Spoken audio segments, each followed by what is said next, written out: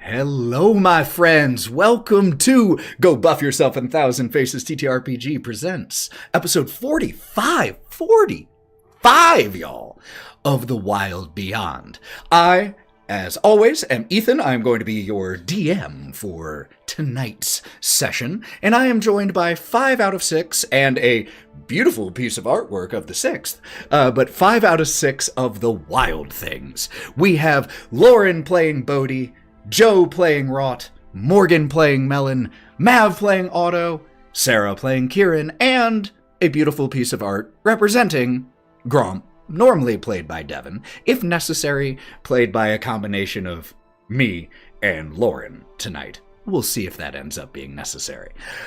Before we jump in to tonight's session, because we're just going to get started here before too long, just the usual announcements for you all. You can listen to past episodes of any game we play here, from one-shots to campaigns, on the Go Buff Yourself podcast. So I'm currently working on editing the Mothership one-shot that was inspired by Die Hard, and was wild, featuring Lauren and a few other of our friends. Thank you so much for following. And, other announcements before we jump in. This is an 18+ stream.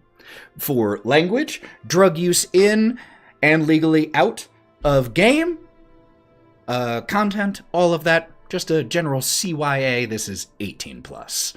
And if you choose to make it not 18+, we tried. That's all Twitch can ask of us. So, with that said, I don't think there are any other general announcements. We will be hearing where you can find all of these wonderful players at the end of the stream, along with what they've got going on coming up in 2025. So be sure to stick around for that. Forgot to announce this. I got a mouthy cat down here. Love him, but he's being super mouthy. He's going to act just like your players. Sounds like he hasn't been fed. He is lying. Absolutely lying. So, the new canon is that there are a bunch of stray cats around Loom Lurch. Why? I don't know. The hag is a crazy cat lady. Kind of works. So, I say, having 6 cats in this house right now, we're going to go ahead and jump in to the intro so that we can start playing session 45 of The WYLDE Beyond.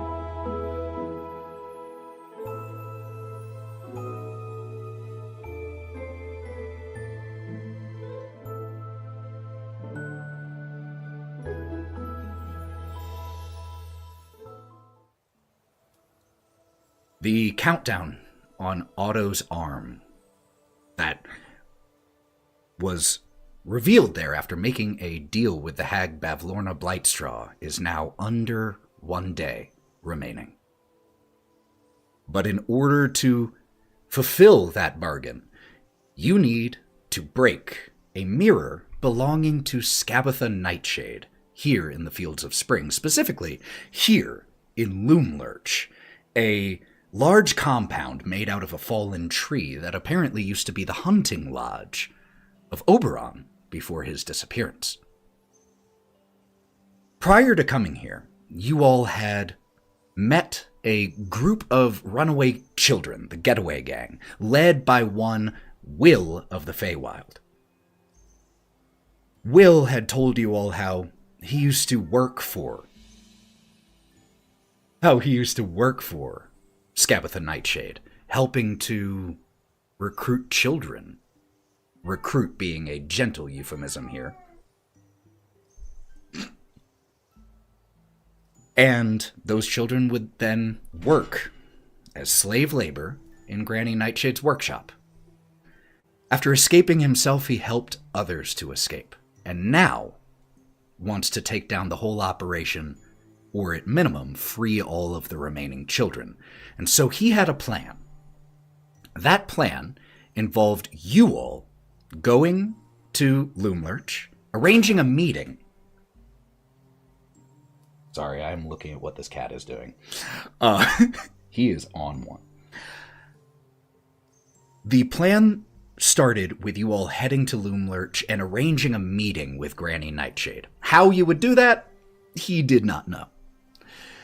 Upon doing so, with you all beginning to meet with Granny Nightshade, a distraction would then be caused. Will's plan was for the other members of the getaway gang, Bobby, Sloan, Zenor, and maybe even Star, would alert the screaming scarecrows that serve as a type of watchman around Loomlurch.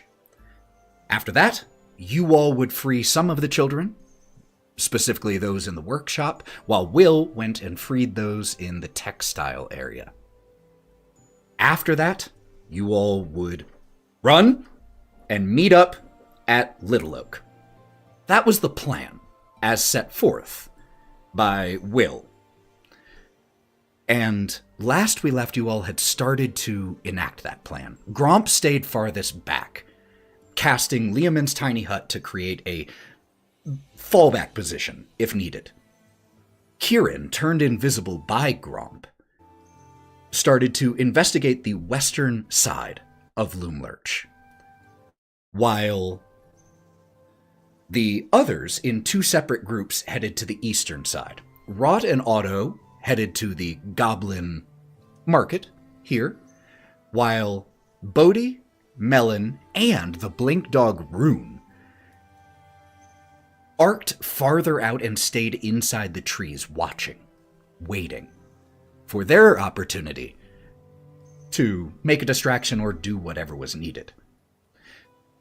Kieren found a garden and found a strange rocking horse with a depression in the center of its head. Also looked through a few windows, saw a few children here working, along with several tinged soldiers guarding them. Wraught and Otto split off, bought a few items, and last we left, had met up and were going to speak with one of the goblins that you were pointed towards. Specifically one with what looks like a rotting candied apple as a head. But it has a jagged mouth cut out of it, wide, hollowed out eyes. There's a stem that grows from the top of this goblin's head. Has this yellowish, tanned, and mottled red skin. And this goblin, which is about 3 3/4 feet, is wearing a green tunic and green and orange-ish striped pants. And when we last left off, you all were approaching Wraught and Otto. And so we pick up right there. As you start to head over to where this goblin is, the one that was indicated to you, he has his arms crossed, is looking out over the market, and seems to be muttering to himself. I could die of it. No. No. Is there anybody around that he might be speaking to? There are goblins and those small pinkish things that look like shrunken versions of goblins running about, but none of them acknowledges the fact that this goblin said anything. So if he was speaking to them, they're ignoring him. I'm gonna glance down at Otto. You wanna take point? Otto's face is just kind of disheveled at this point until he goes, "Yep, no problem. Hi, excuse me, sir." Yeah? Who are you? Not really important. Me and my friend here, we're out of town, and we were looking to possibly talk to, the lady of the house or the town. We heard that she would be able to assist us in getting a Leafy Stone. We're trying to get to the next area and we can't cross. Make me a persuasion check.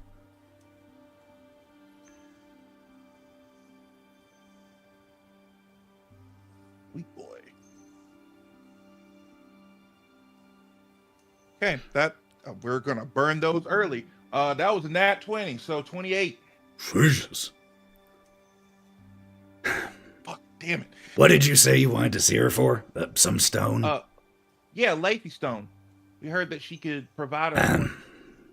No idea what that is, but no, it's very clearly important to them. So I can tell this is important to you. So, sure, why not?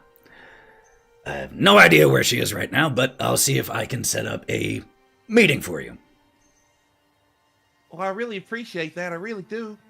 As the sooner the better would be best. Well, she's probably gonna ask some questions, so the who are you part kind of comes back. It's harder to say to random people. We're wanting an audience. What if we come along and introduce ourselves directly? Not sure. Might be best if you are wanting an audience, that I at least make the introduction. Monarch There, like see, that's all I needed was a title. That perfect. And you said for a stone? Leafy Stone. Okay, I'll sure. We weren't doing anything here anyway right now, so be back. And the goblin with these pointed shoes just kind of starts walking off and again muttering seemingly to himself.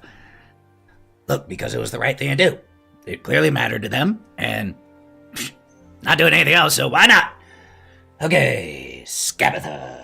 And, starts walking one way, walks about 3 feet, nope, and just does a heel turn and starts walking the other way. Have you noticed that when you smile, people just do what you want? No, don't you do that to me. No, it goes away. Yeah, I know. Kindness, honey, more things. Yeah. It's just, you're just nice to people and things happen, I guess. I don't fucking know. Things happen whether or not you're nice to people. Yeah. I guess. What are you going to do about your toes? Oh, yeah. Your toes are still roots, and your skin still looks as though it is carved from stone or from wood. I'm redwood now. Yes. You know, that was actually kind of funny. I'm not even gonna hold that to you. That Listen, was funny. listen. If it really comes down to it, we can go back to that logging camp, and I'll stick my feet in the saw. Brutal. You could just ask Bodie to cut your nails for you. I don't want Bodie touching my feet. He has to pay for that. Not for free. When you're good at something, never do it for free. What was that? Who was? I offer him the candied cockroach. Did that turn that into you? What did? Yeah. You might want to save it for a rainy day. Puts the candy in his bag. Okay. So, while this is happening, I do want to check in really quick with Bodie, Melon, and Rune. The three of you were set up deeper into the tree line so you didn't have to risk being seen.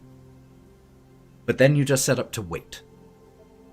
And so, as you've been here for about 15 minutes by this point, what are you doing? So yeah, I get it, but it's like meat that is either raw or rare is just better, but why is it weird that it's like some meats are better when they're smoked? Because it's like I've noticed I take those same meats, I'm trying to have them rare, and they're just way too tough. It brings out the natural flavors, man. Different cooking temperatures really highlight the flavors. Raw is the best way. I'm with you.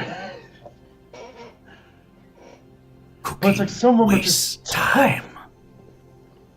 Oh man, don't you want to savor the moment? We have so precious few on this plane of existence. Okay, man, just fucking eat it however you want, man. I'm not gonna yuck your yum. I'm just saying maybe just, taste your food sometimes. I don't know, I normally just ate to survive. I get that. And as this conversation about the different merits of cooking or not cooking meats is being had, we cut to the opposite side of Loom Lurch. Kieren, last we left you, you had glanced inside one of the rooms from a window. You'd actually glanced in two. Both of them seemed to be certain forms of workshops with sewing equipment, textile equipment, children, tin soldiers, all of that. And so as we return to you, still outside, what are you doing at this point? Well, Will said that he was going to try to spring the kids in the textile place, or the sewing shop or whatever it was, which I assume that's what I was looking at before, maybe? Or was it like a workshop? Well, both had, like, sewing equipment in it, but if between the two rooms that you looked at, this one seems more, based off of the size, the word mill, this one has, the 3 freestanding looms in here. There's a loud, repetitive clattering from machines that you can hear through the window. Definitely seems more like a mill than the other smaller room you looked into. So Kai's just going to make a mental count of the number of kids he's seeing in the mill and kind of chalk those up for ones for Will, hopefully. You see 3. But then for the other place, how many were in there? The first one that you glanced in, I believe, had 2 that you saw. Yes, 2. There was a bugbear child and one so small you had to guess was likely a halfling child. How did Will ever tell us how many kids were possibly in Granny Nightshade's workshop? He didn't. Like, am I looking at all of them, or is this like? He didn't give a specific number. Also, possibly because he genuinely didn't know. It had been a while. Okay. I'm gonna keep trying to look around because I still want to find the mirror. If there's any way to get in a place that doesn't seem like it's super populated, because I only looked through 2 windows. I think you said there was 3. Like, another one was up on another floor. Yes, there was another that was 20 feet up. Am I anywhere close to that? Because I already climbed onto the second floor to see in these windows.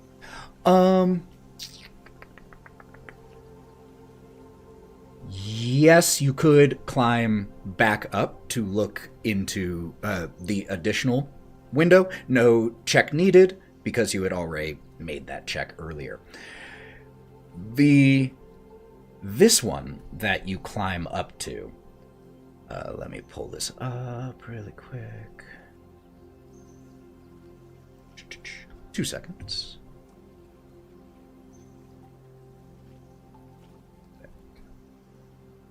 Seems to be a dormitory of sorts. There are beds in here, small ones. From what you can see just through this, you would kind of guess this is likely where the children sleep. It has, what you can see from here, it looks like 9, maybe 10 beds in here. Well, bunk beds. So up to 20 beds in here that you can see. Is anyone in here? There, you see two figures in here. Both children. But the window's a little dirty, so you can't make out too many details as you're just glancing in. If you wanted to make a perception check to try to see more things, you absolutely could. Sure. All right. Then let's roll it. I have a +8 modifier and only get a 9. 9? Then here's what I'll see that you're able to tell. The two figures are on the same bed, one lying in it and one sitting on the side of it. And the one sitting on the side of it seems to be mopping the brow of the other with a cloth. Is there any way to open the window? Do you try? Sure, why not? But maybe stealthily. Because I'm still invisible, but I don't want it to be obvious that I'm breaking in. It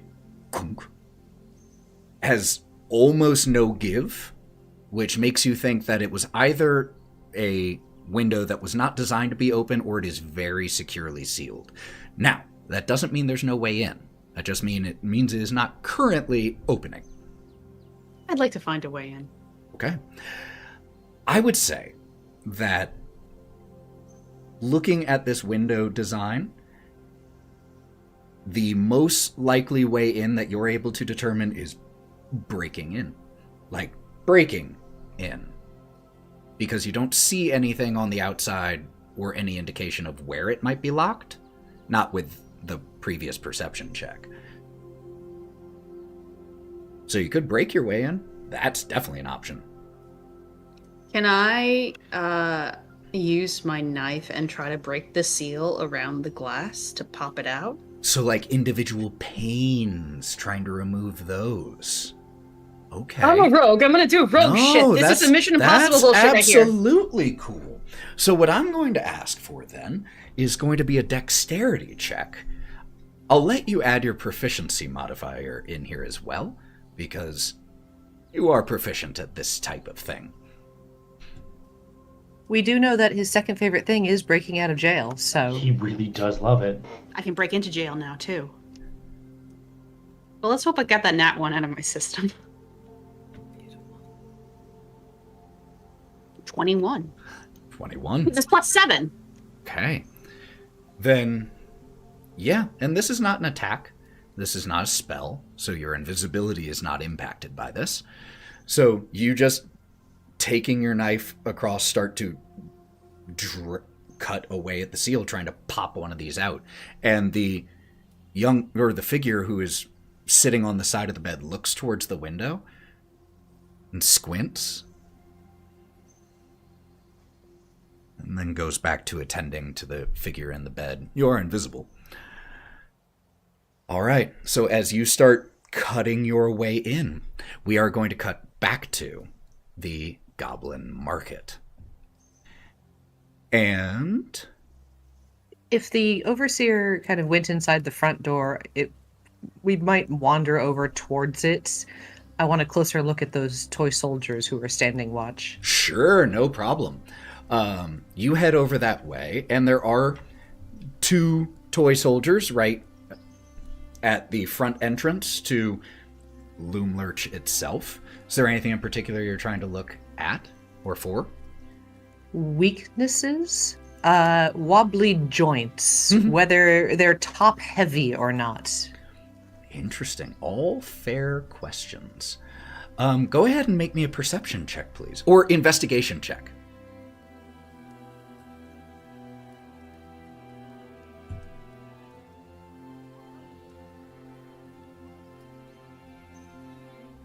$16 with a 13 plus 3. Okay. So, in terms of weaknesses or vulnerabilities, there's nothing that particularly catches your eye. They don't look particularly fast, and not insanely durable. They do seem to be made of tin, so probably fairly easy to take one down. Possibly also easy to melt, considering tin has a very low melting point. That is absolutely a potential. So you don't think that these particular constructs would be immune to fire. They do have the poles that they're holding are not really spears.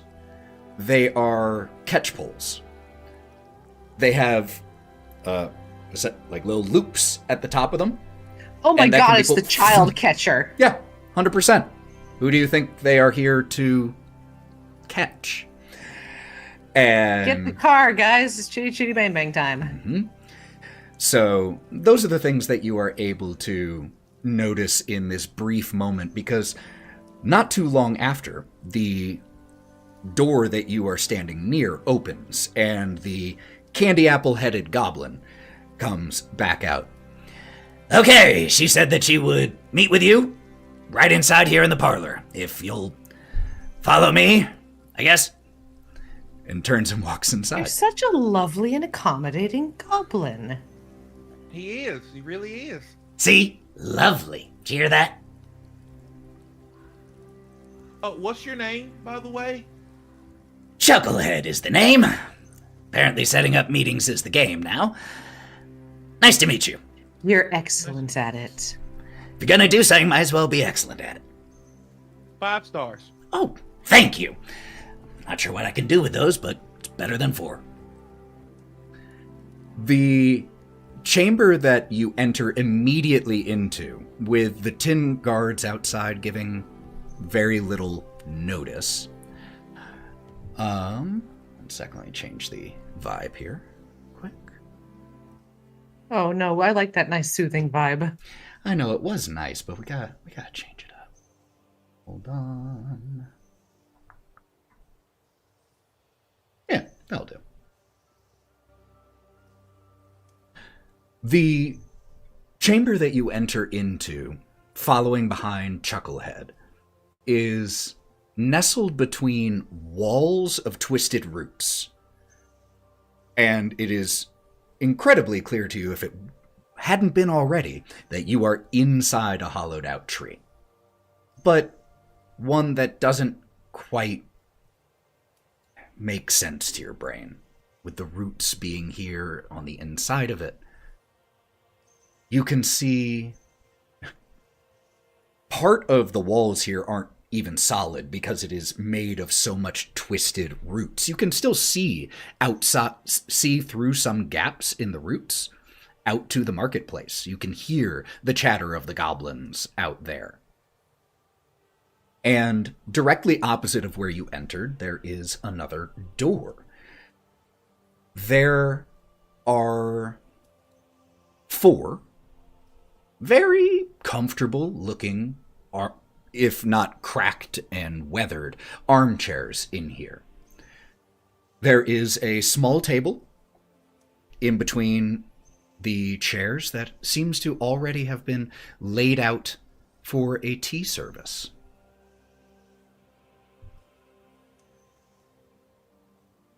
Oh, that's nice. Well, I was told that Granny Nightshade will meet you in here as soon as she's available. Please help yourself to whatever that is. And, bye! And starts to turn to leave. Thank you again. Turns with Bye. a more flourishing bow than you might have expected from this goblin. And as one of the tin soldiers reaches back to shut the door, you can just hear Chucklehead, again, to no one in particular. Pays off to do nice things in the end. And the door shuts. See? I'm not taking advice from him. All right. No lying. We just allude. I haven't been. You never do. Yeah. You're right. I'm gonna go sit down at the little table and try not to let my feet grow into the living tree around us, I guess. Unless it's giving me a psychic connection. As you sit down in one of the chairs, just a few seconds later, actually, the roots begin to grow back into your toes, and your scales begin to take on a more normal hue as the effect of that candy wears off. Not Whatever permanent. that effect was. So fucking weird. I didn't ask for this. You bought it though. But technically you did. You bought it. While he's going like that, I'd like to tap into my mental connection with Kai and go, how's it going? On a bunch of kids and a bunch of rooms, and I'm doing some thief shit. You're not a thief. Just claim it rogue shit.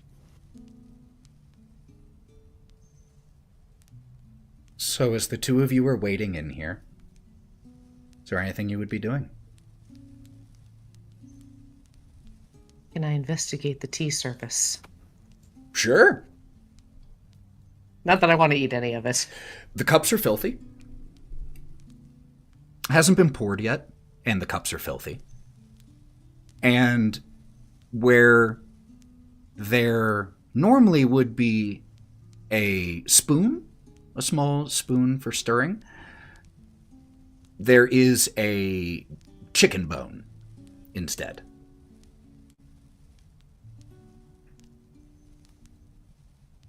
I'll pick up the chicken bone and just observe. A small maggot crawls around the side of it and onto your claw. Flick it back down. These hags are such a delight. They're such a delight. I love everything that I find out about them every time we visit. Yeah. So fun. Otto will actually like to use his wonderful cloak that he bought and turn it into something more regal-ish. Okay. We're gonna go with green and gold. Very nice.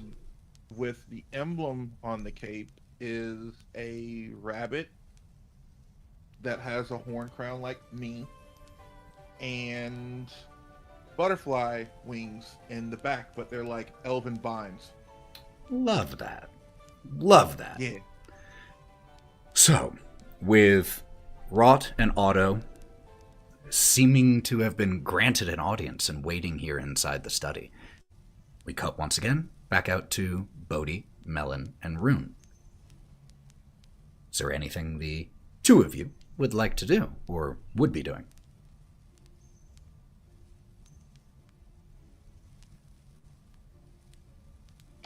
You can say if there's anything you want to be doing. That's like the first one. Cause we're just waiting. We're just hanging out. So, I never really asked if you could go anywhere. Where would it be? Home. What does that look like for you? A roof over my head, somewhere warm, and a full pantry. That's a good one. Cool. And he's just going to, Bodhi is just going to awkwardly fill the silence with questions of a frivolous nature, mostly. Rune begins Which is casually weird. grooming himself. Just like I was gonna say, it's like if you're asking about nature, Melon knows a lot about nature. True. But it's like it's more of like not the scientific nature of stuff. It's like the woodsman style of knowing about nature. It's like, yeah, no, don't eat that. That's gonna make you the shits. Don't do that. Don't do that. Slaps hand. No, don't do that. All right.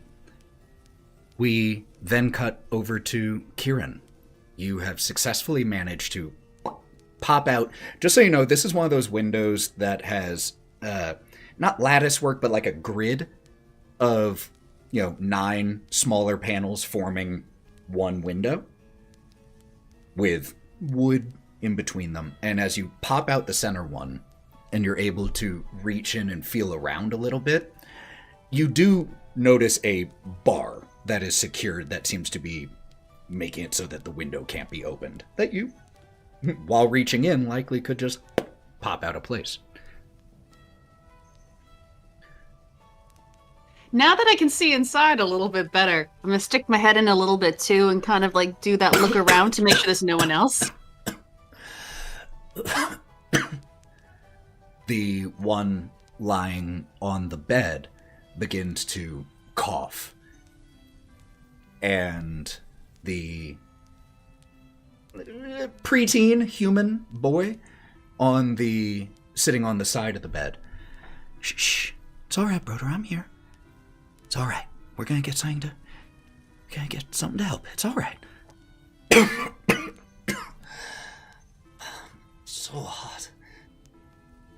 I know you're running a fever, but it'll be all right. I'm here with you, okay? And they're still the only 2 that are in the room? Yep. So I'll pop the bar off the window and as quietly as I can kind of step inside. What does the inside of this room look like? Are you, so you said as quietly as you can. So could you just make me a stealth check as you pop the bar off the window? I'm good at that. Don't forget you're invisible still.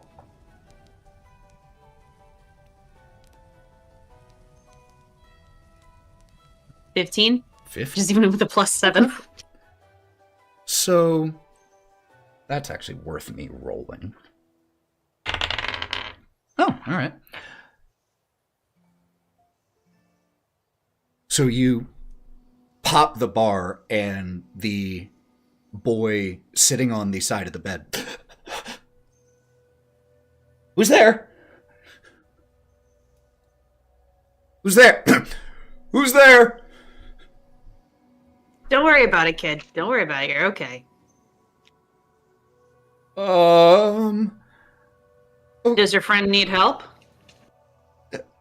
Yeah, he's sick. Great. Is there anything that you know that can help him? What am I talking to right now? Your fairy goat father. Make me a deception check. It's kind of true, but make me a deception check. It's probably not going to be high as a kid. Nope. Finally, I get the freaking 18 plus 6, so that's a 24. And you didn't even need it because he got a 4. So you beat his insight by 20. And so, I have a fairy goat father? Broder, did you hear that? Fairy goat father. Happy for you, bud. Oh, fairy goat father. My friend is sick. Ate something bad, I think. Can you help? Well, you have to tell me how to help first. Is there anything around here that can help cure him?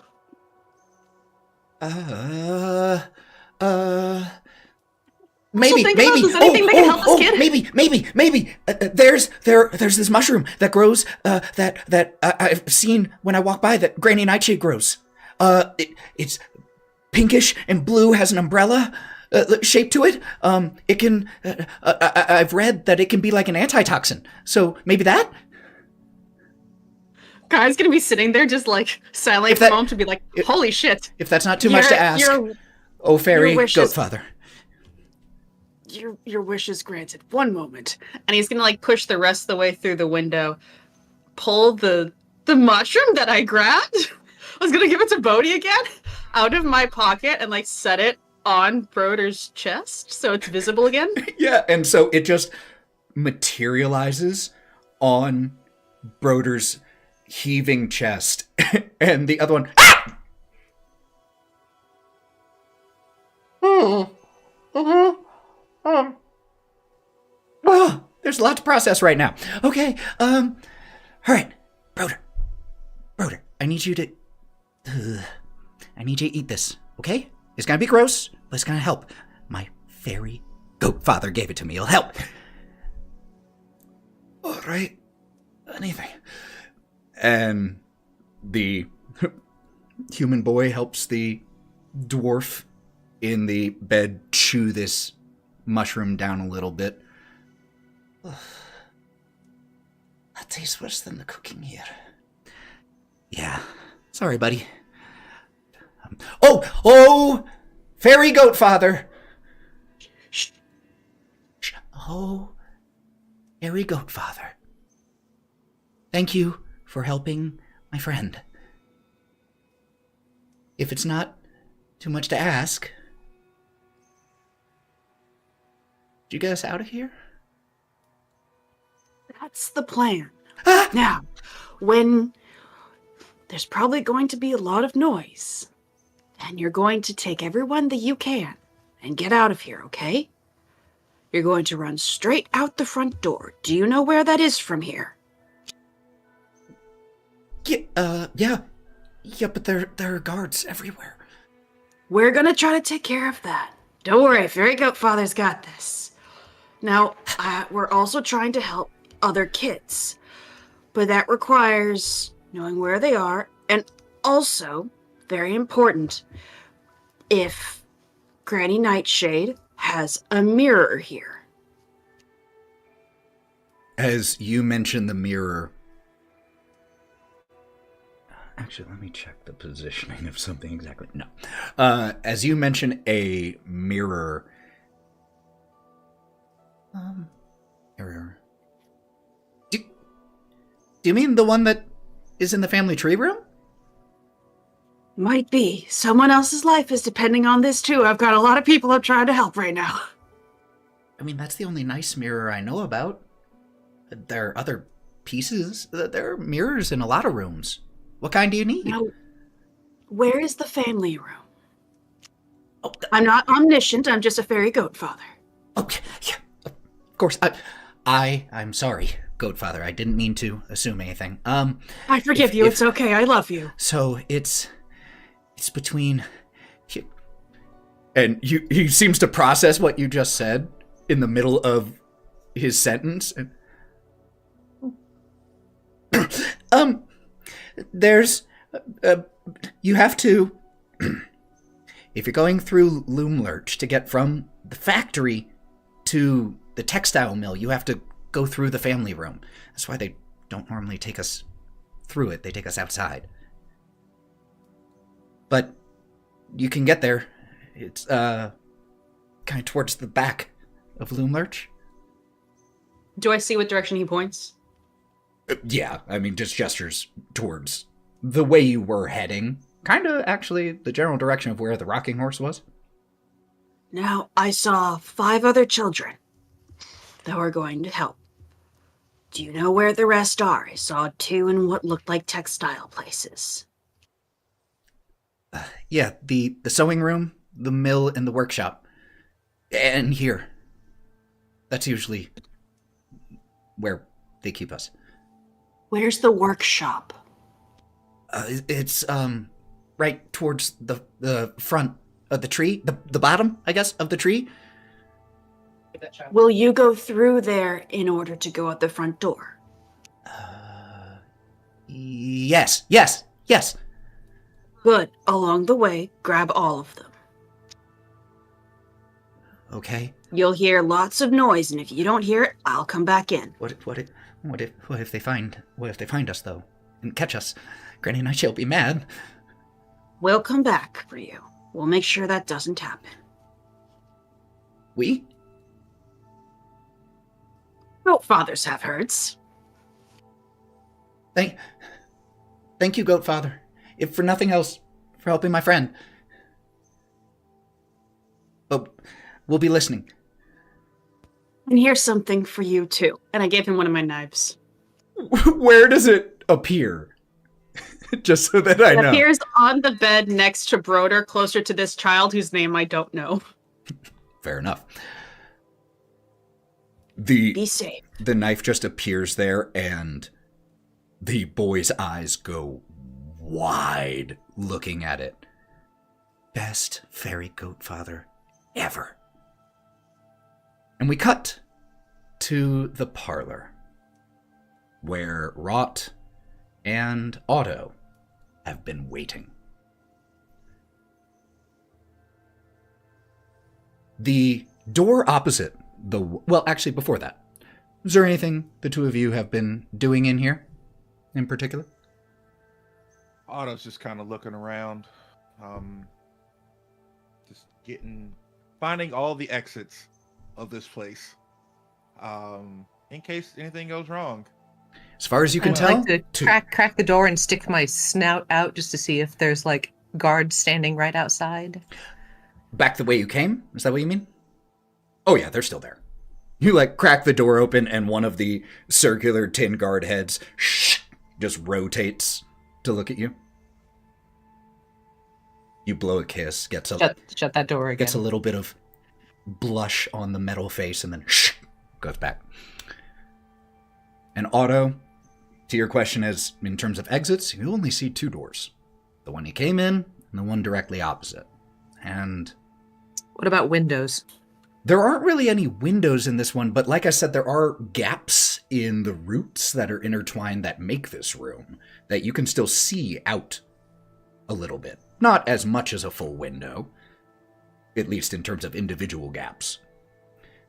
And as the two of you are looking around, the doorway opposite the one that you came in, the one that leads deeper into Loom Lurch, creaks open. And a little old woman totters forward.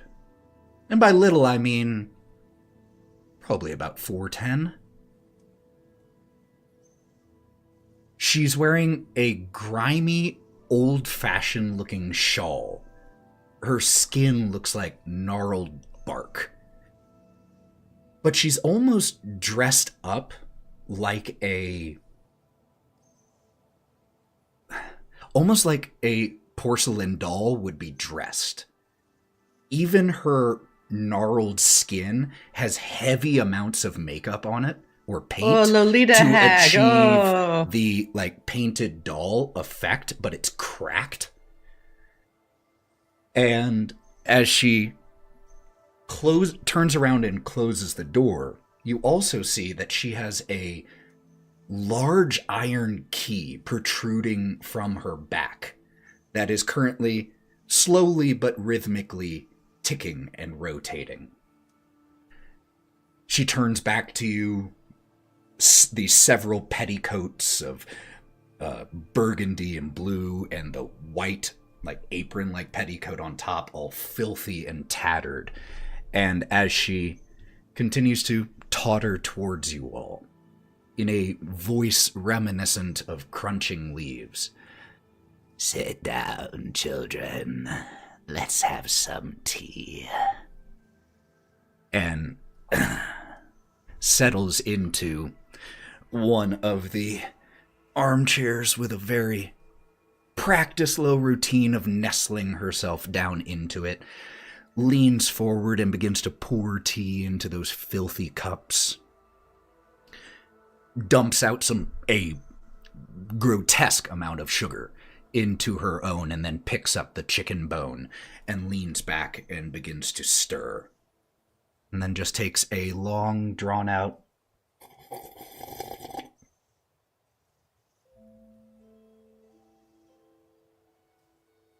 I'll accept my tea and take a little tiny taste. I will take the same amount of sugar that she took in hers and then drink it. She gives you in shape, what would be a very warm smile, and genuine. In reality, it's a twisted thing to look upon. But she smiles at you as you dole out your sugar, and then realizing that there are no extra spoons, leans forward to pass you the chicken bone. You have a beautiful home, and it's such an honor to be allowed inside. Well, then, why don't you tell me why you wanted inside, children? One does not usually ask for a meeting with Granny Nightshade simply for my pleasant company. No one else has offered us tea. As so far, your company triumphs over all. It is... Except Chucklehead. He was very nice to us. It is a host's responsibility to provide for guests. But pleasant as small talk is, why are you here?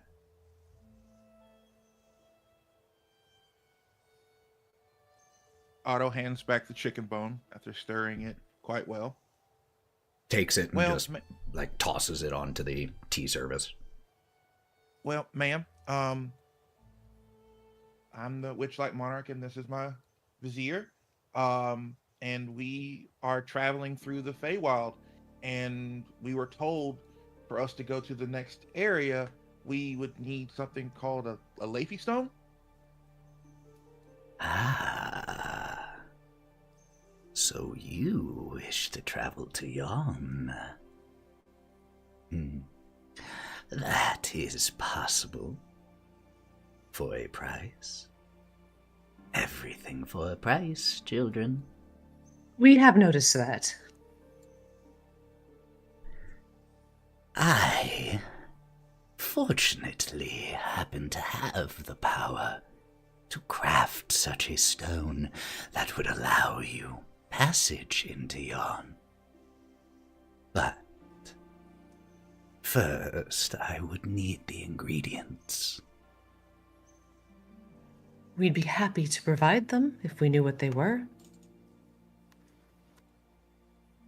The second would be the payment.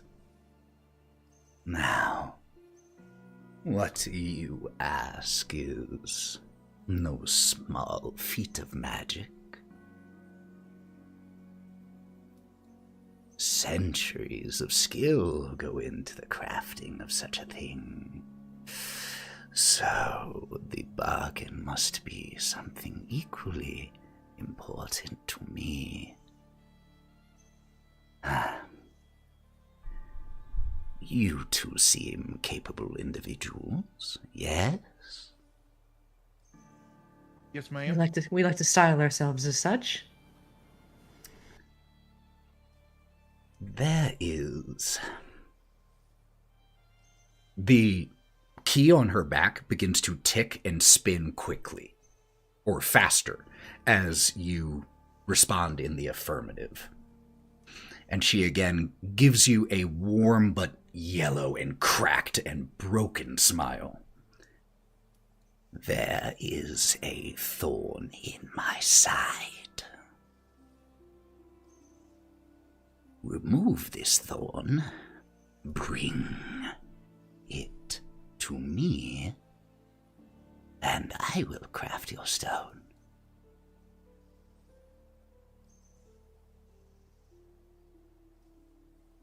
Does this thorn have a name? Yes. Will of the Feywild is how he is titling himself. An ungrateful pest.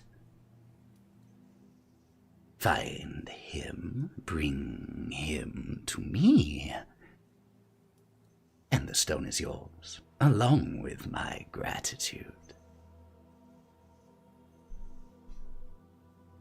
And if we were needing direction to find him? If I knew where he was, he would already be in my grasp. An excellent point. Is there Thank anything you. else you need for your Leafy stone while we hunt your pest? Bring him to me, and then we can worry about the acquisition of the necessary ingredients. What, if you don't mind me asking, what did he exactly do? There is a rule. Several rules here in the Feywild.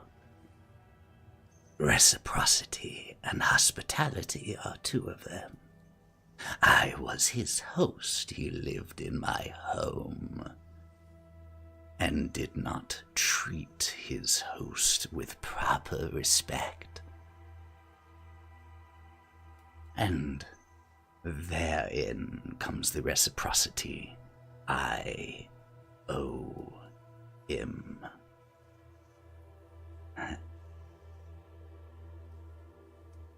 And the key on her back has started to slow down.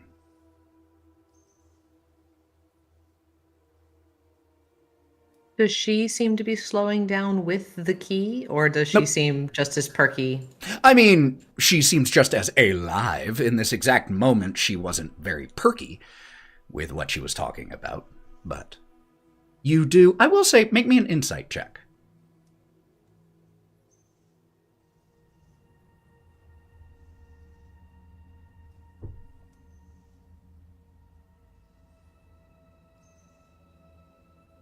$22.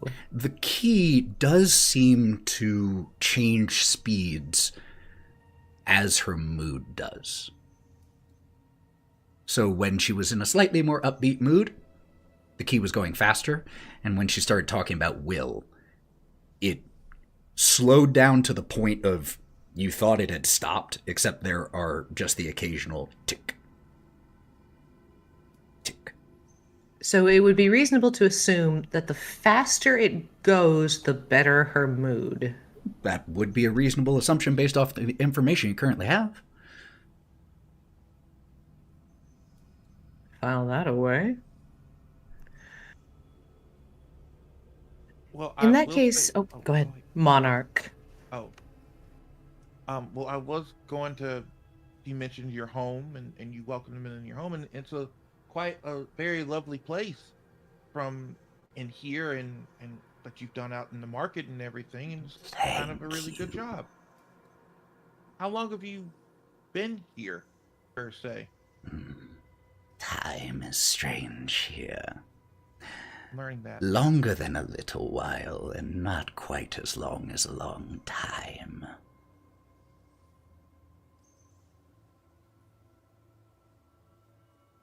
Well, you did a wonderful job of. Did you take the tree down, or did it? As you're saying this and you gesture around at the walls, the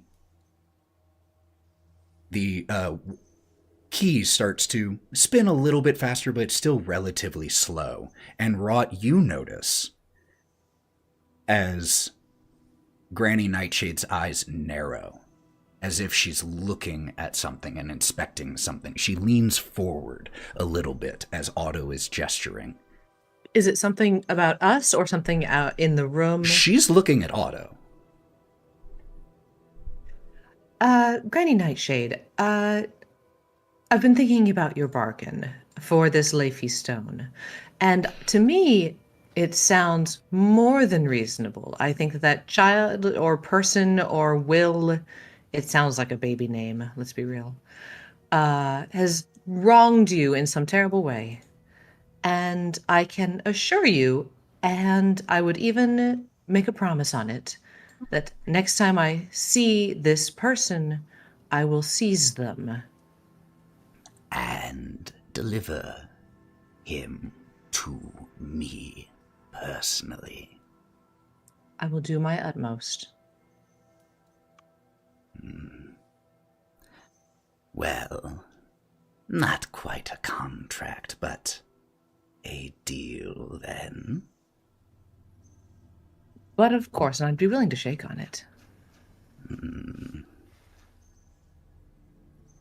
As you say that, her eyes drift once more back towards Otto. Something tells me one of you already has.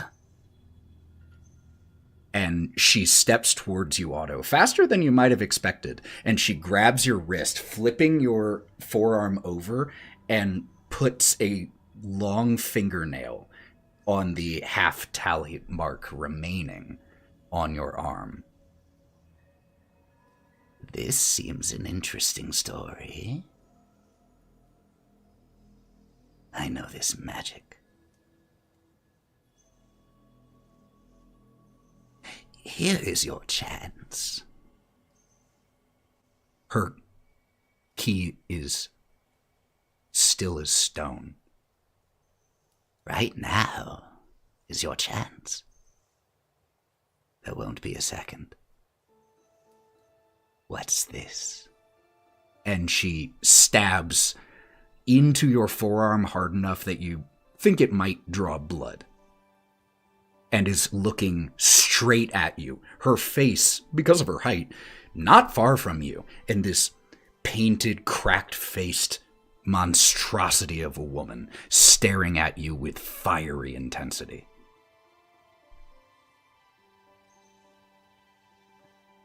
Well,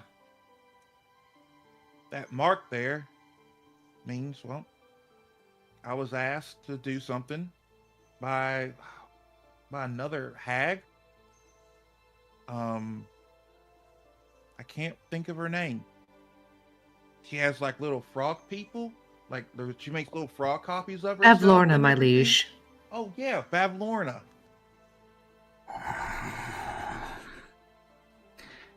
Is that what? Do you know who that is? I am familiar in the most unpleasant of ways. She's my sister. Oh. That must make family reunions a little awkward. We are fortunate enough to have few. Now, what did my dear sister ask of you?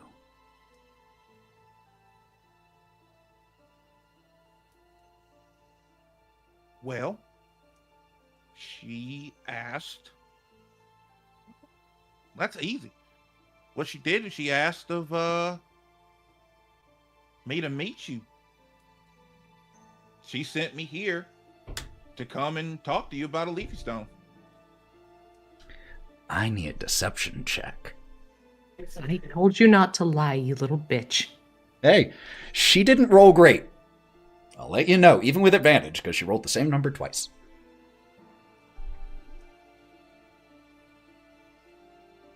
Mute. You hear me? Yep. Okay, cool. 16 plus 5. Strange.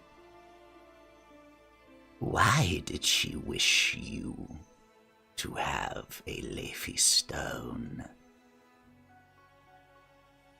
A friend of ours lost something that we're hunting for. It might very well be in yon. And she leans back. You said that you were the Witchlight Monarch. Is it safe to assume that this thing that was lost while there? Yes, ma'am. And yet we're not entirely sure what it is. Oh my god. Well, then, I regret that I cannot provide it directly, but you and Bavlorna are correct. Anything that we had taken from any at the carnival has already been sent to Queen Mab in Yon. So if you wish to retrieve whatever it was that your friend lost, you will indeed have to go there. And that Hence the Leafy Stone. Hence the leafy stone. But I am still perplexed on one issue.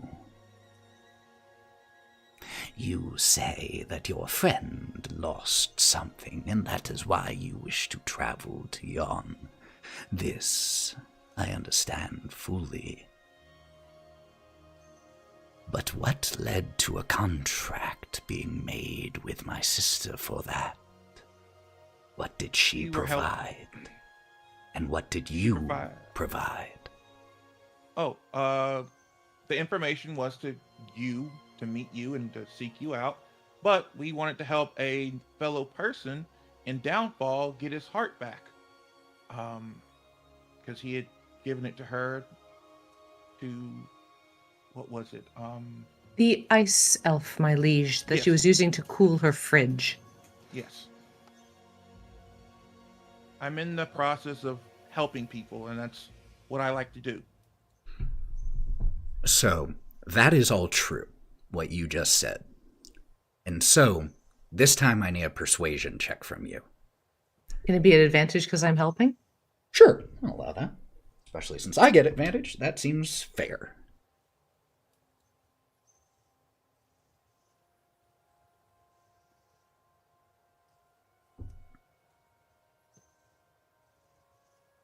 $24. Damn.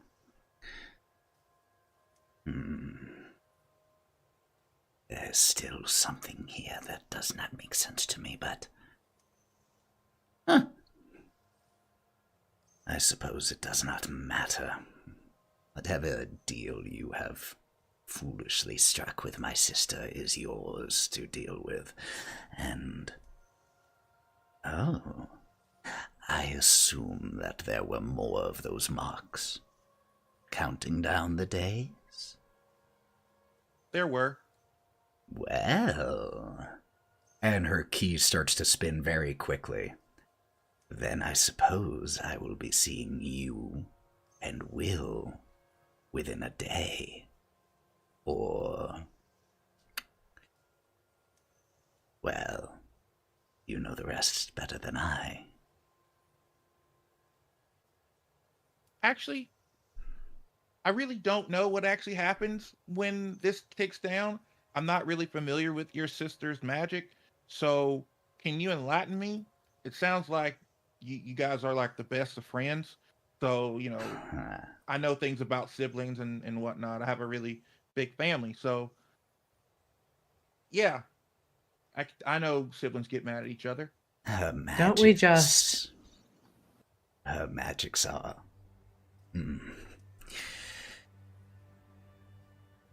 small, at least compared to others.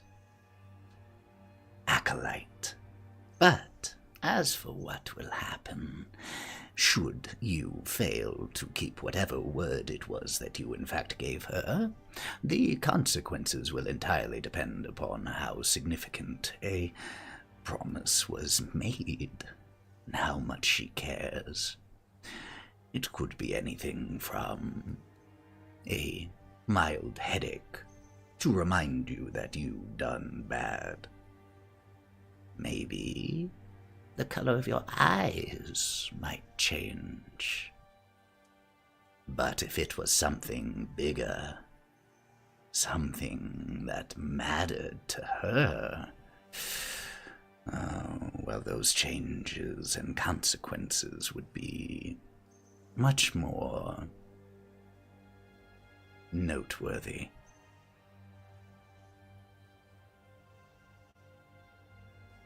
If you need the nitty-gritty details for inspiration to bring Will to me, so that you may uphold your end of this contract, I would be happy to give you examples. I have a vivid imagination. I don't. Shut up. Have you ever thought of being an owl? Constantly.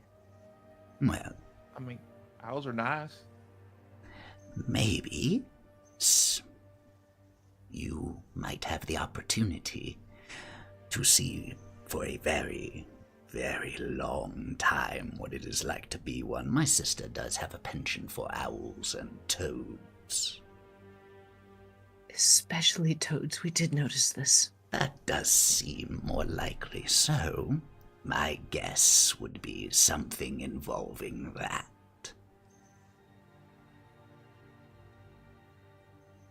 Wonderful to know. In that case, let's go will hunting, my liege. May I have my arm back, please? As if just noticing that she was still gripping into your wrist just releases. Of course. Well, I shall keep the kettle warm for you since you shan't be long. Oh, question. What does Will look like? She walks over to, or actually, she says, If you wait here, I can get one of his wanted posters for you. That would be wonderful, thank you. she stands, turns, and begins to head to the door that she entered in through. And with that, we're going to cut to Kieren right now. After delivering the knife and the hummingbrella mushroom to the two lads, and then removing yourself once again from the room, now what? I want to go the direction that he pointed towards the family room or something. Yeah. Where he said possibly a mirror was. The direction that he points leads you the same way that you came before, and the last door on this side, that direction, is the one right by the unicorn. Or excuse me, rocking horse. Do I have to pass by the rocking horse? It is. It still outside? It is still there. It is right. It's like not directly next to the door, but like 12 feet from the door. Well, I'm still invisible, so I'm gonna try to sneak around behind it. Yeah, you still have about half an hour of that left. So yes, you begin to head towards that door, and as you head to... Before I go in, can I go around the back side of the unicorn? Because I want to try to pull the fairy goat father thing again of the ethereal voice. Sure, absolutely. You walk around the back of the rocking horse, yeah. What was his name again, you guys? I don't have that notebook in front of me. I'll give you guys a chance to do it before I do. First one who gets it gets a luck point.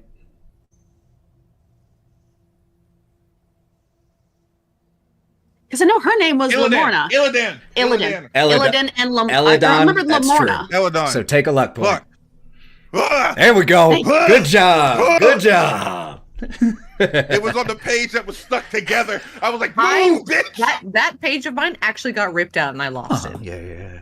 I grabbed the wrong notebook first. I didn't write it down. I have a notepad while I find my other notebook.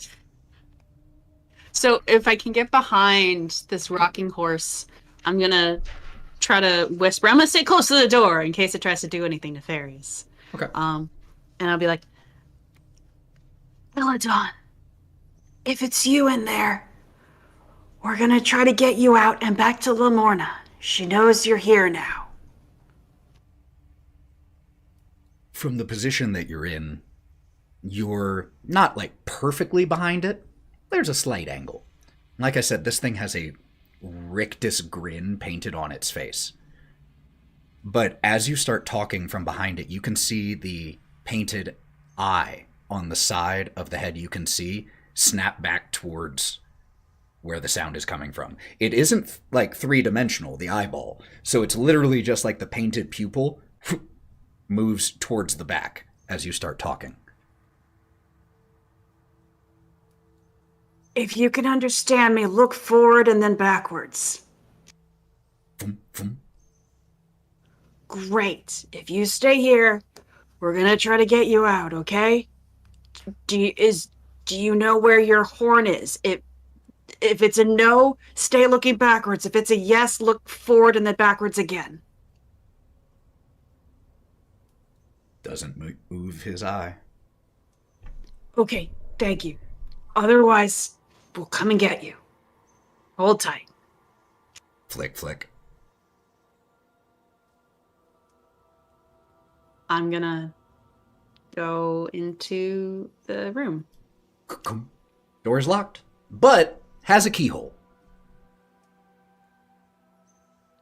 Can I try to pick it? Absolutely. Go ahead and make me that lock-picking check. So that's going to be dexterity plus proficiency for you. Because I have thieves' tools, yeah. Yeah, you do. Yeah, you do. Is this the first lock you've had to pick? Yes, it is. It took You better be 45 good at sessions. breaking out Well, of stuff. I guess for you, it took 35 sessions for the rogue But to pick a lock. I finally get to break through a window and pick a lock. Yeah. It's the roguiest day for this rogue ever. 22. Ooh, easy. 15 plus 7. Easily. So, yeah, you just get your thieves' tools in there for a sec, look around, and with a 22, not only are you able to unlock it, you're able to do so quietly. So,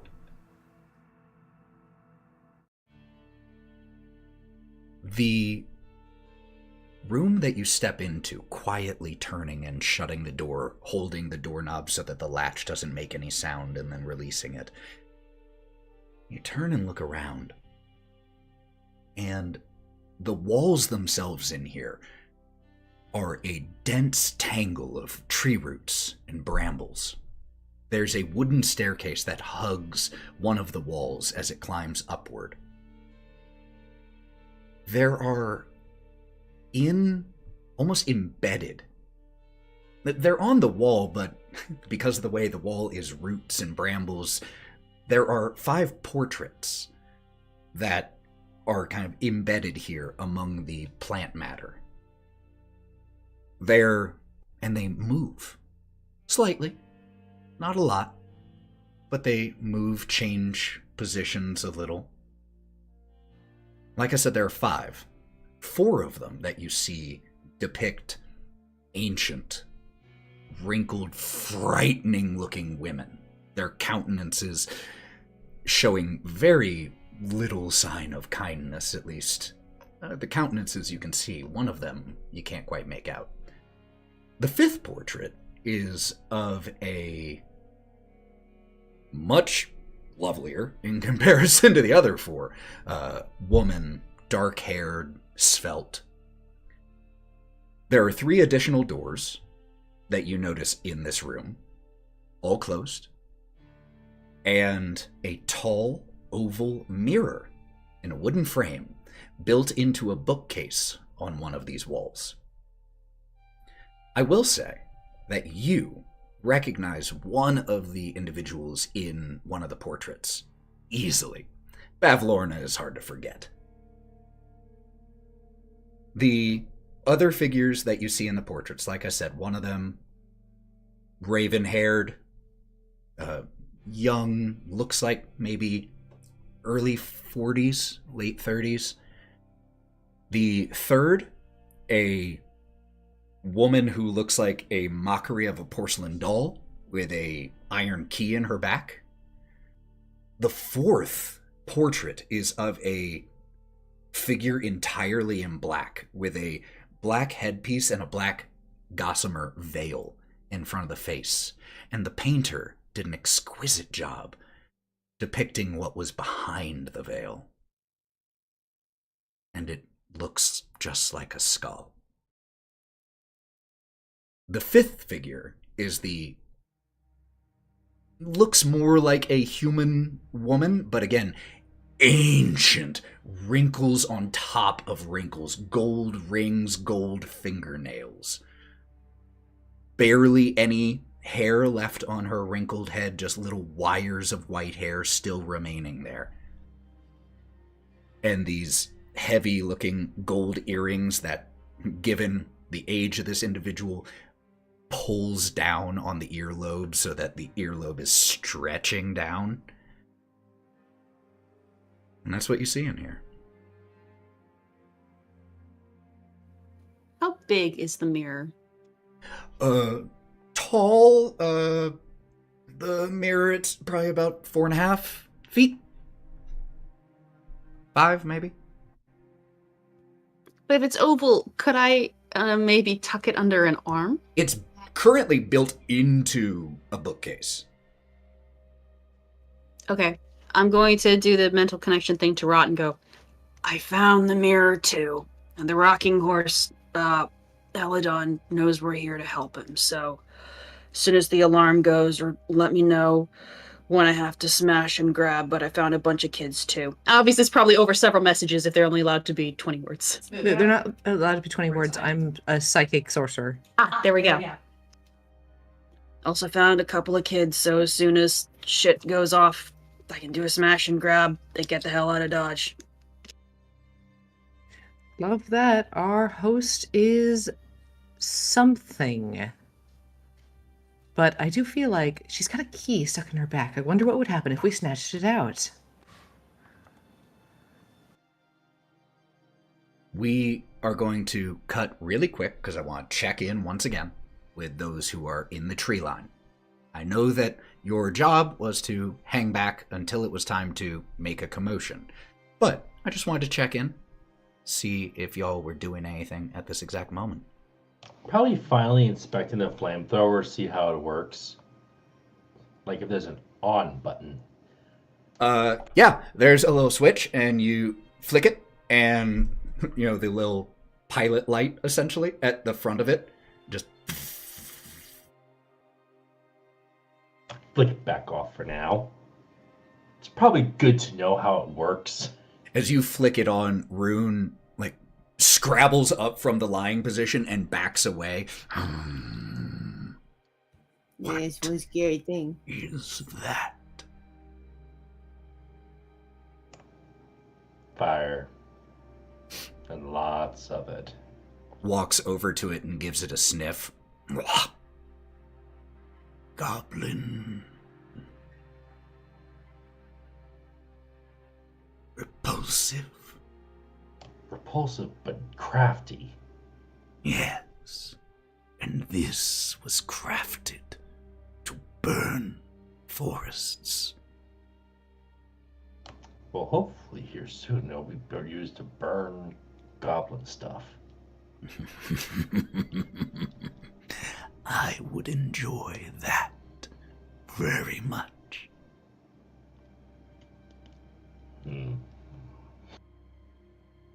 Bodie, you doing anything? Yo, yeah, I don't know. There's a lot going on right now. I just thought we could talk about some nice things, get to know each other as coworkers and as friends.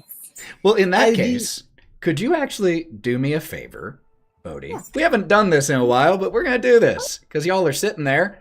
I'm going to give you something to do. Could you roll me a D100 twice, please?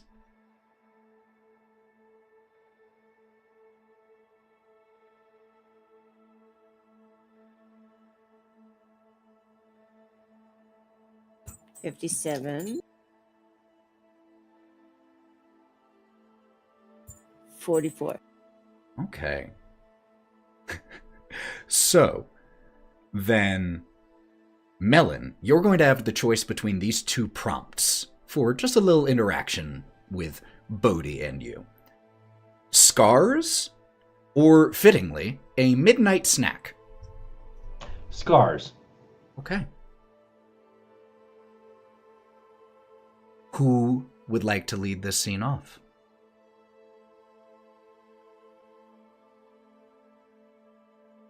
Is it going to be Melon scars? Bodie scars? I can probably lead off. It's All like right. probably during this whole time, and it's like during the whole time we've gone around, you've always just seen Melon like itching around his neck and whatnot. Hey, Yeah. what's that all about? I'll check this shit out. Oh shit. What Parts the fur, and you can see like a nice line. What the heck? Whoa, that's a lot. That's a long one. Oh, What happened? It was all the way. Wait, what do you mean all the way? Yeah. I turn around and it's back there as well. What happened to you? Head cut off. Jesus, that's Yeah. so fucking metal. Yeah. Yeah. Holy shit. Really? Did you feel it when it got put back on? No, I was dead. Oh, duh. Of course. Wow. Oh, I got a couple scars. Yeah. And he's going to sit on the ground just very suddenly enough to where the dust underneath him kind of poofs up. And he picks up both of his feet, and you can see little nicks, scars, deep ones. Some chunks you could tell were pulled out of them. And you can kind of see upon further inspection that his legs are covered in nick marks. Try to get those ones. Oh man, sparring, and also not really understanding the importance of proper footwear until a very Who late needs time in my footwear? life. Well, apparently I do, my guy. Chip, you look at that. No, footwear is for the weak. Also, we need to just spar eventually. I need a good fight. Wait, One where I don't like immediately almost die again. wait, really? No, just like the one with the troll. That one kind of sucked. Okay. I love a fight. As long as we don't use like metal weapons or anything like that, I'm totally down. I got a thing. Straight I got a thing. barrel. Yes. Yeah, I got a thing. Yes! Oh my god, I'm so oh shit. Oh my god, I'm so excited. Yes. I actually want you to, both of you, roll me stealth checks, and we're going to take the lowest here. So that's how we're doing disadvantage right now.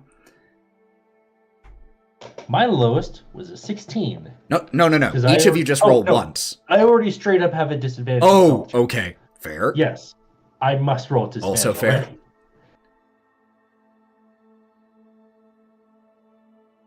already. 5. Okay. As you are shouting this, unintentionally, you just get overexcited, Bodie. And you shout and you catch yourself, you kind of cover your mouth. And Rune looks back at the two of you. I think you were heard. There is a goblin coming to check. Might need to retreat. Yeah, Are should we probably do that. going to eliminate them or hide? Best to probably hide. Yeah, I don't think it's smart to draw attention by shedding unnecessary blood. Shall we just retreat further into the forest? Okay. Let's go. Shh. Yeah. And as you look over your shoulder and start retreating further in, you see this goblin with orange and green striped pants, a big old caramel apple looking head, who's walking into the forest right now. Hello? And as Chucklehead shouts that, we cut back into the parlor. After about just 4 or 5 minutes, Granny Nightshade returns with a rolled up piece of paper and hands it over to you. That is he. Wanted, Will of the Feywild, and there is a sketch of someone you recognize very well. Find this flibberty-gibbet and deliver him to me alive and unharmed, and I shall make you as strong as an octopus. Granny Nightshade. Will you actually turn us into an octopus? No, strong as one.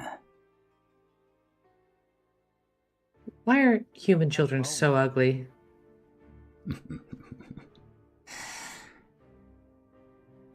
Glances back down at your forearm.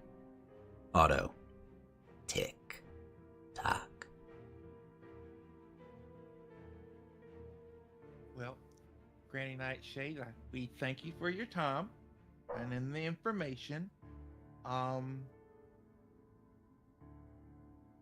yeah, so we'll go and try and find this young lad here. Yeah, so thank you. We'll see ourselves out. And for the tea. Always a pleasure to have pleasant conversation. See you both soon. And as the two of you start to adjourn, heading out the way that you came in, let's take a quick bathroom break, just like 5 minutes, and then see what we can see. Take it off! See what we can see happens here in just a little bit. We'll be right back. Don't go anywhere, friends. We'll be back here in between 5 and 8 minutes. See you soon.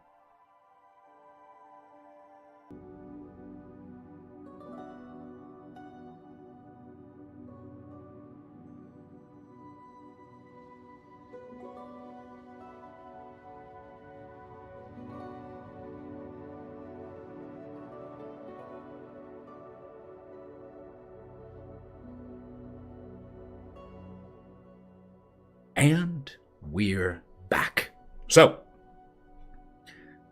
boom, the door to Loomlurch shuts behind Wraught and Otto.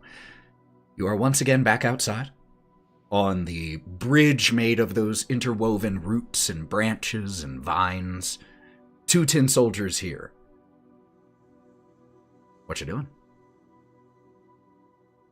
Smiling at them and walking away from the soldiers. So is this what you guys do all day? Like every day? Do you have anything better to do or any hobbies? Totally no movement, no reaction. Might as well just be robots. Uncharmable. That's true.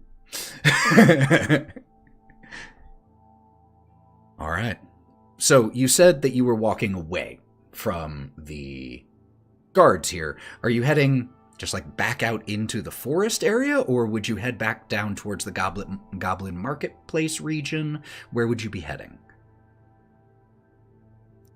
I think actually we would try to go in the opposite direction of the Goblin Market. In the best interest of divide and conquer as soon as it kicks off, because we're waiting for Will to get in position, honestly. We're waiting on Will to kick it off. And I know the boys are already at the Goblin Market. Mm-hmm. We know that the kids are going to try to get the other kids who are in the workshop and the mill and all of that.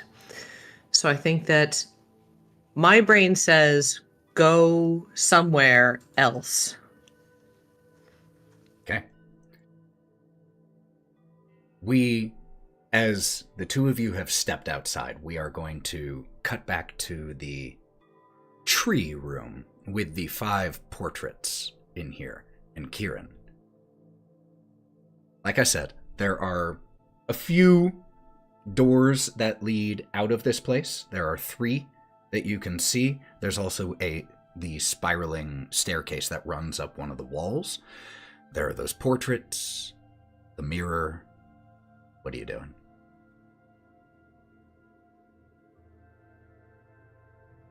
Well, I'm gonna just remember where the mirror is, because until they tell me smash it, I'm not gonna touch it.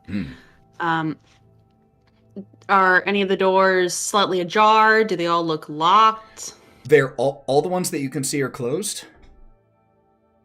In terms of whether they're locked, hard to, because they are the key style lock, hard to tell if they're locked without going and trying them.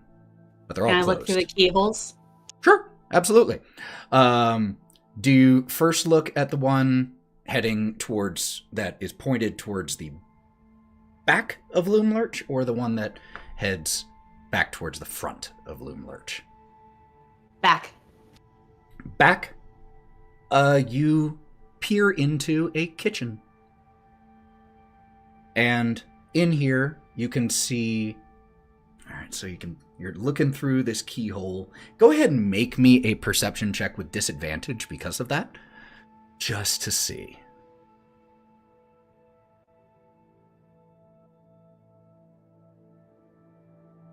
$16. 16. You see a young girl at a table peeling potatoes. And with a 16 beating a 15, you notice the shackle leading from her ankle to the table as she is there peeling potatoes. At that moment,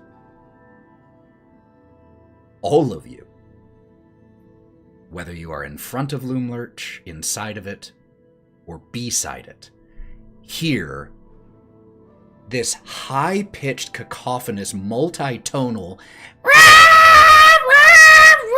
sorry, that's what you hear, though, as there are these high-pitched screams that come from the western side. And Kieren, you are able to just, like, go back to the door that you just were at, that you came through, specifically, and just opening it up really quick, you can see the scarecrows that were on top of the hill of this garden on this side are screaming their heads off, in a couple cases literally. And there is the sound of commotion from everywhere as these screams start. Those of you in front of Loom Lurch, so Otto and Wraught and Gromp, would see as the 2 tin guards who were here, their heads snap the direction of the sound, and they walk to the edge of the bridge. There isn't a ramp leading down to this side, so they just take a tiny little hop off, drop down to the other side, and begin heading that direction. Back inside. Kai? To expedite the several things Kai is going to do very, very quickly. Okay. Because now it's kicked off. He's going to run right back out into the room with the rocking horse. Outside. Really quickly, yes. Got it. To scoop it up around the middle and go, "It's me, don't worry about it," and drag it inside. Okay. To get it away from there. It is heavy. Not But I'm going to put it in front of impossibly the... heavy, but heavy. I'm going to set him in front of the bookcase that has the mirror. I'll go, "I'll be right back. Just stay here, please." And then the door that goes into the kitchen, if it's unlocked, I'm going through it. If it's locked, can I just ram it down? I'm going to do my goat thing, just ram the door down. No time picking it. So it's your choice. You could either make a lock-picking check here, or you could try to bash it down. It is going to be harder to just knock down than unlock, but it's your call. He's going to go for the fastest one. Okay, it would definitely be faster to knock it down. I will give you advantage on this athletics check because of your goat horns ramming into it. While Kieren is making that roll, the 3, Rune, Bodie, and Melon, who started to back away into the woods with this goblin approaching, you start to hear this screaming from the distance. This very clearly alarm screaming, and it goes on and on and on. The goblin who had been starting to push into the trees to follow you, what the? Turns and starts jogging back towards the market. Cool. Now it's our chance. I'm gonna flip the flamethrower back on. Okay. Where's the nearest building? I mean, the nearest building, depending on your definition of it, would be some of the Burnable carts, structure. some of the carts that were in the goblin market. Those would be the Cool. closest. Let's go burn them down. Is that the sign? Is that the signal? Is that what we're supposed? Are we supposed to do that? Wouldn't it be better to have distractions on 2 sides than just one, where one force is collective and then it's like, okay, break them up and cause confusion? Wait, what? Run that by me again? Exactly. I'm sorry. You want to do... Split people up and confuse them. Okay. It's We're great not for gonna- hunting. But we're not going to hurt anybody, right? I don't know. Oh, shit. Okay, well... Do we have to gamble? Or Yes. Let's go! Okay, oh my god! Okay. Let me check one thing here really quick. There we go. I'm sorry, Your Honor. They're stupid.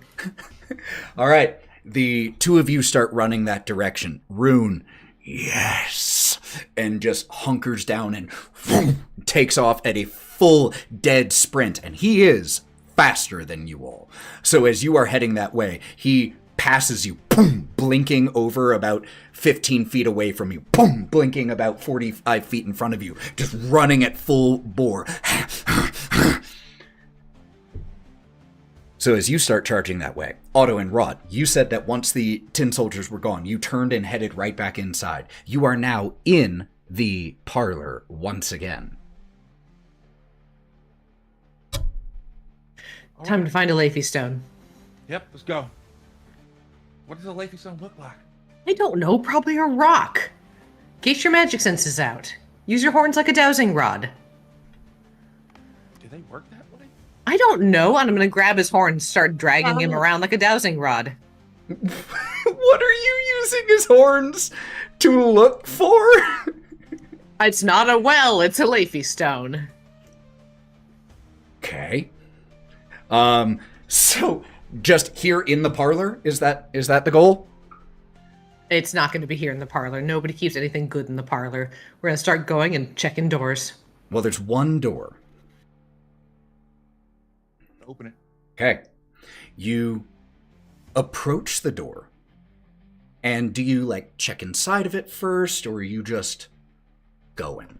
We're just going. Okay. Yeah. So, as you get to the door, your hand is about to touch it, just hovering, approaching the doorknob. And both of you hear this sound from behind you. It's a combination of creaking wood and stretching flesh. Gross. Turn around. About 15 feet behind you all, 3 of those armchairs have stretched, grown teeth, large tongues, as where the cushion part was opens up. Nope, different song for this, thank you very much. Fucking mimics.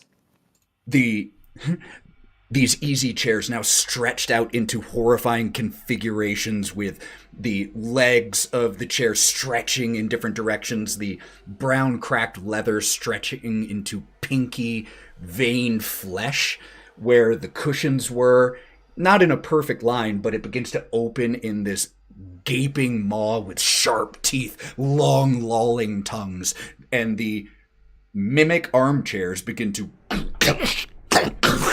drag themselves Dragon your breath. direction. All right, as Wraught goes to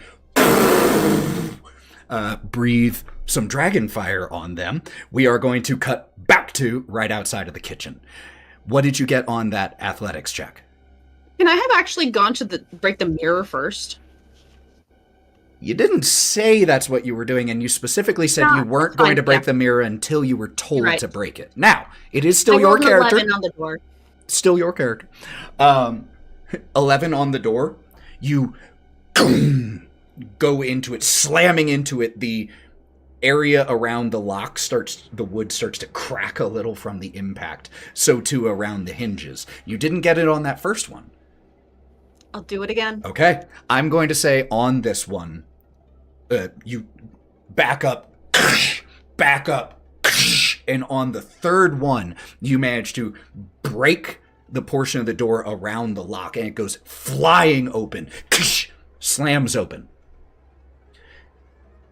And what you see in here is a squalid kitchen. But honestly, you don't have a ton of time to focus on the details of the room, because unfolding itself from its curled up position near an oven, where it was apparently dozing, a green scaled creature the size of a large dog, with leathery wings and fuming greenish acrid smoke rising from its nostrils as a, in the scheme of things, small, but all things considered still pretty big, green dragon begins to unfold itself, and in perfect synchronization, as we have this split screen moment of Wraught breathing fire and this little tiny little dragon doing the exact Don't call me that. this tiny green dragon doing the exact same thing, just inhaling, filling its chest, and then exhaling this poison breath. Am I still invisible? You are actually, let me look up the exact wording of that. Wasn't it like if you take an attack action or something? It's the specific wording is going to matter, so let me just double check exactly how it's said here. That attacks or cast a spell. You didn't attack. So no, as the door flings, or as there was the sound of battering coming onto the door, and then it flies open just in immediate response. The thing breathes into the door, doing its guard dragon job. And so, as this happens, before any initiative is rolled, what save do the mimics have to make, Wraught?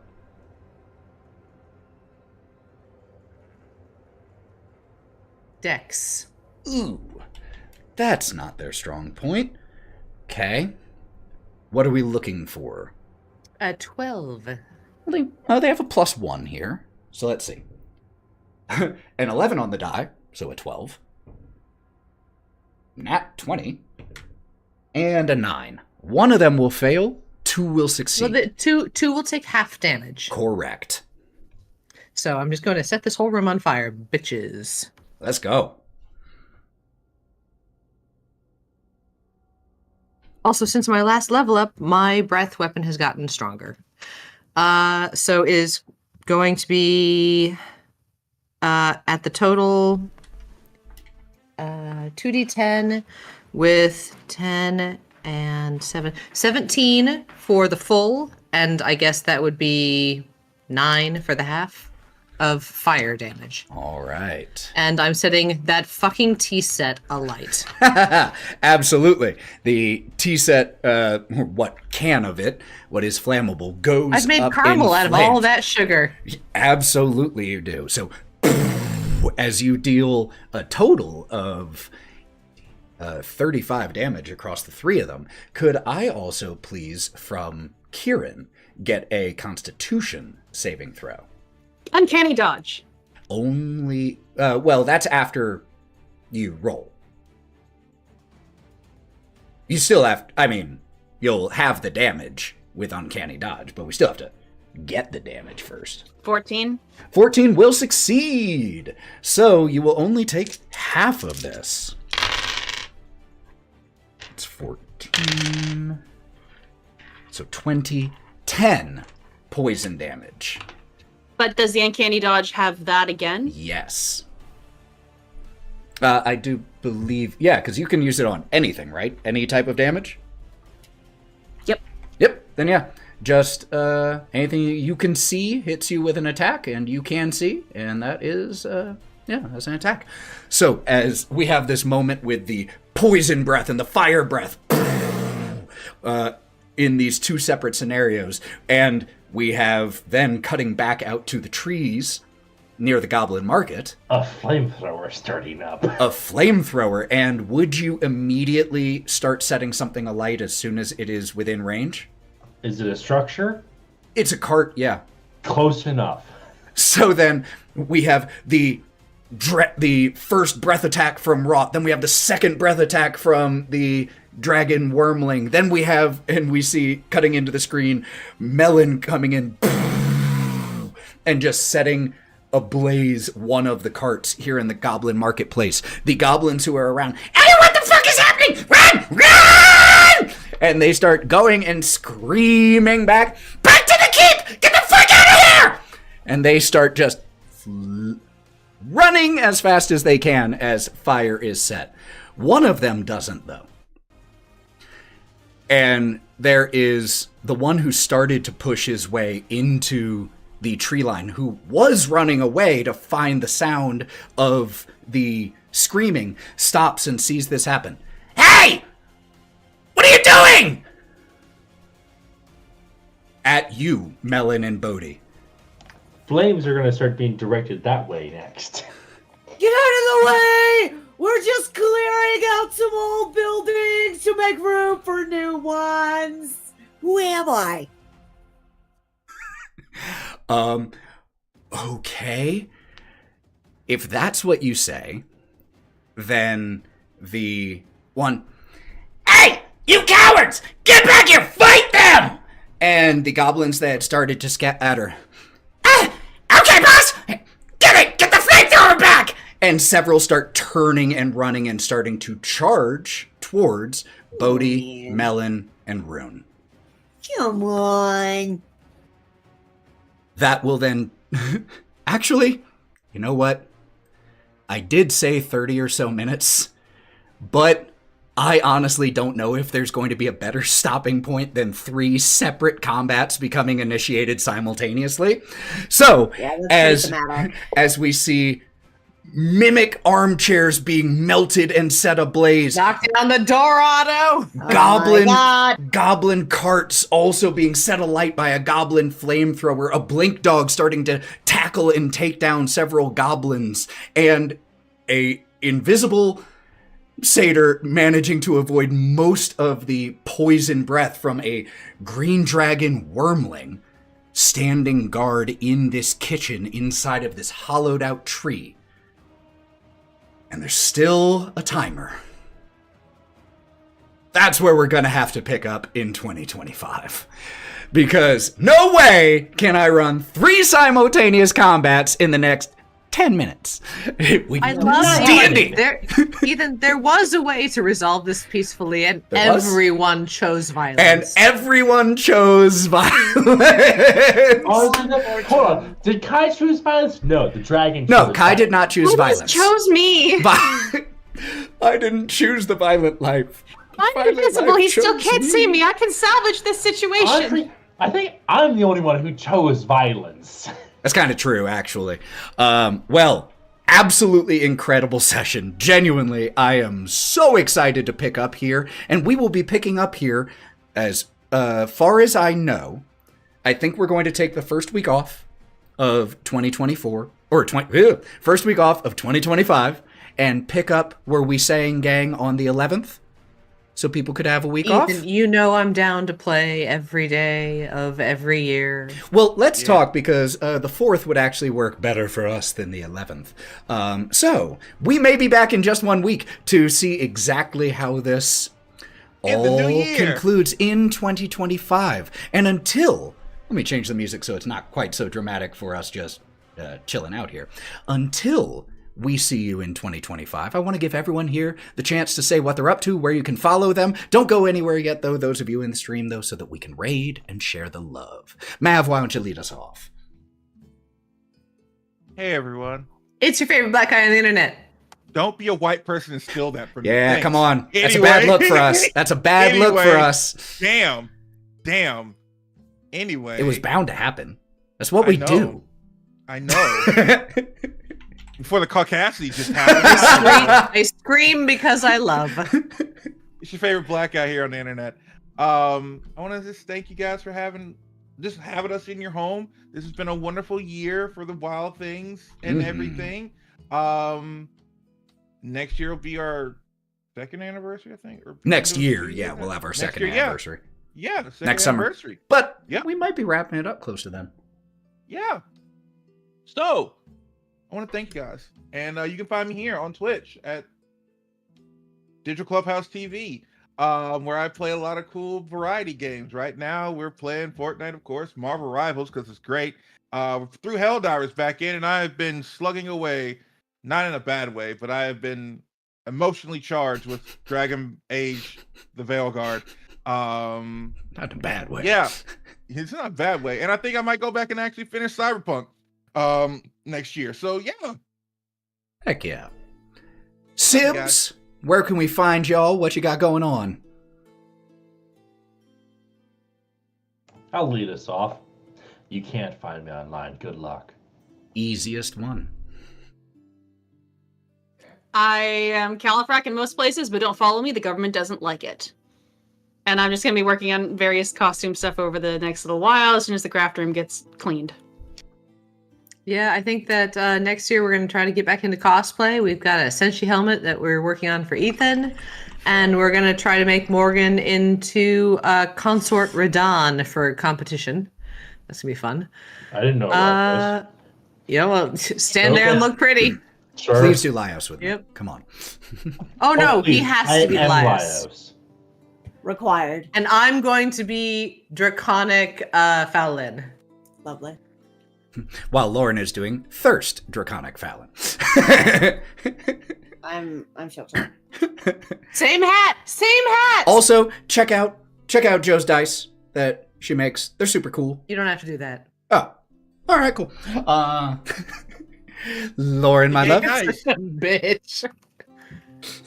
I'm in places, mostly Thousand Faces Cosplay or 95% Lauren on Instagram. I'm in other places too, but you gotta look for it. Cheeky. And I want to work on costumes this coming year.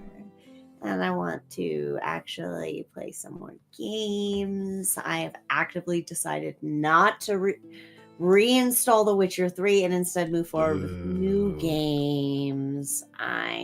But Sarah and I are gonna cosplay Escalon Lambert. Yeah, it's just beautiful, and it's clearly my favorite. But I've had a wonderful year with you guys and my friends, and telling this crazy story and getting to know probably one of my favorite characters. Do you, if you could type the link in for them, Joe. I'll get it. Oh, yep. We Okay. should have it pinned also somewhere, but we're gonna post the link for you, Lemon. I'm far too lazy. And boy, gay dice. you can find more of our stuff on Go Buff Yourself, the podcast. While TikTok still exists, and I kind of hope it will, so I don't have to rebuild that audience. You can find the Buff DM for D&D advice, or our YouTube. Thousand Faces Cosplay has almost all of the same content. I also have one cool thing that I'm working on in the new year, and I'm putting this in the chat as well. And that is, I am opening up some games on Start Playing Games, both 5e and Mothership. So, if you've ever wanted to play a TTRPG, couldn't find a group, I am available for hire now as a DM and warden. I would love to tell some stories with y'all. But I think those are our big announcements. So, we are going to raid here. Let's get that going. And until we see you all in 2025, take care of yourselves. Be good to yourselves and each other. That's what it's all about. In the end, it's just being good to one another. So, be good to yourselves, be good to each other, drink some water, get outside, do all those good things, and stay wild, friends. See you in 2025. And we